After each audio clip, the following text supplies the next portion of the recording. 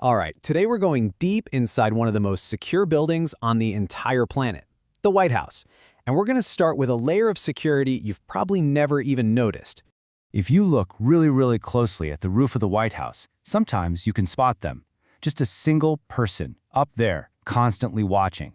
They're the very first line in an incredibly complex web of defense. Think of them as the eyes for the entire operation. So what's with this number, 3,000 feet? Well, that is the minimum distance from which a Secret Service countersniper has to prove they can hit a target. That is over half a mile away. And this isn't some one-and-done test. Nope. They have to make that shot every single month. But here's the thing, these incredibly skilled marksmen are just one small piece of a massive, layered perimeter. The whole system is designed to stop a threat long before it gets anywhere close to the building. But what's really fascinating is that their main job isn't actually to pull the trigger. In fact, a Secret Service sniper has never fired a shot at a threat from the White House roof. Their real job is to see everything. They feed a constant stream of intel to the teams on the ground, spotting trouble before it even starts. That rifle, it's the absolute last resort. Of course, threats don't just come from the ground. The sky right above 1600 Pennsylvania Avenue has a special designation, P56, P for prohibited. It's the heart of a much bigger restricted zone, and it's some of the most aggressively protected airspace in the entire world. And this isn't just a friendly suggestion. There is a rock-solid protocol. You can see it here. The second an unauthorized plane or drone enters that space, the FAA flags them and warns them. If they don't respond, NORAD takes over, and fighter jets are scrambled. They can be there in minutes, and yes, they have full authorization to take the threat out of the sky. This is all backed up by surface-to-air missile batteries that are hidden around the DC area. Okay, let's come back down to the ground and talk about the most obvious defense, the fence. It just got a massive $64 million upgrade. The old one, just 6.5 feet tall. An athletic person could get over it. The new one is double that, 13 feet of thick steel with anti-climb features and pressure sensors built right in. It's not just a barrier anymore, it's a smart fortress. But it's the stuff you can't see that's really amazing.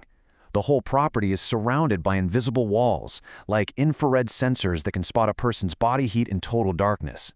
They know you're coming long before you ever lay a hand on that new fence.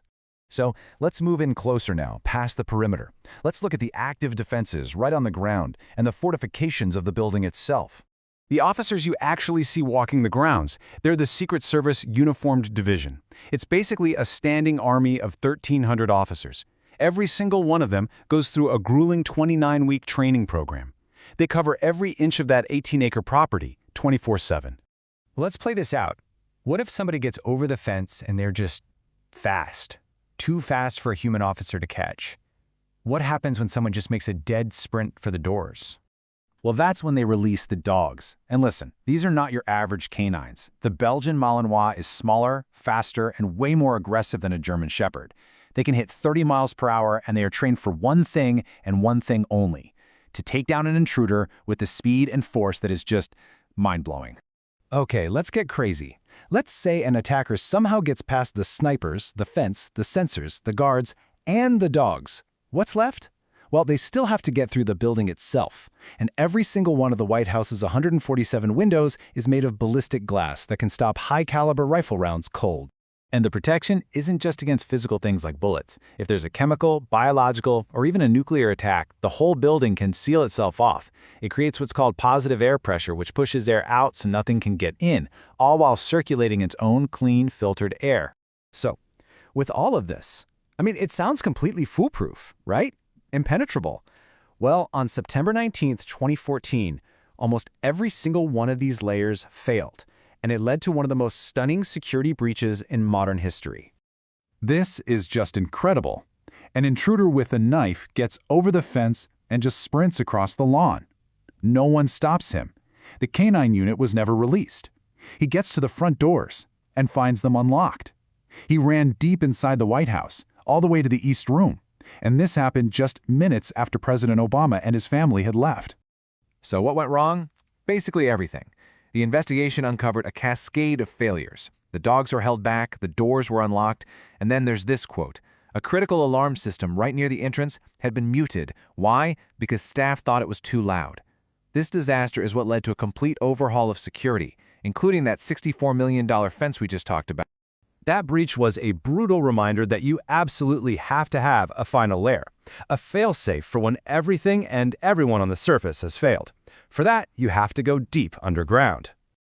Deep beneath the East Wing is something called the PEOC, the Presidential Emergency Operations Center. It was first built way back during World War II, but it's been constantly upgraded for decades. It's now a full-blown bunker designed to survive a direct nuclear hit, so the government can keep running no matter what's happening outside. We actually got a really vivid picture of this place on 9/11 when First Lady Laura Bush was rushed down there. She described these huge steel doors closing behind her with a loud hiss, forming a perfect airtight seal.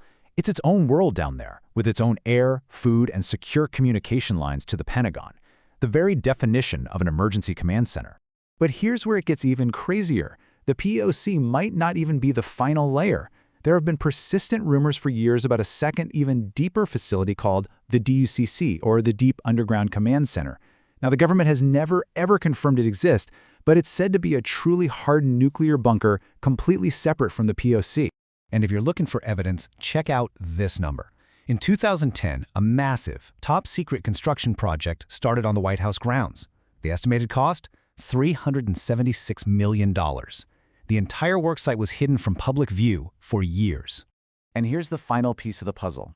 When that years-long, incredibly expensive project was finally done, and all the barriers came down, nothing on the surface had changed at all. The entire thing was built underground, which really leaves you with one big question. What other secrets and what other fortresses are still hidden deep beneath the White House?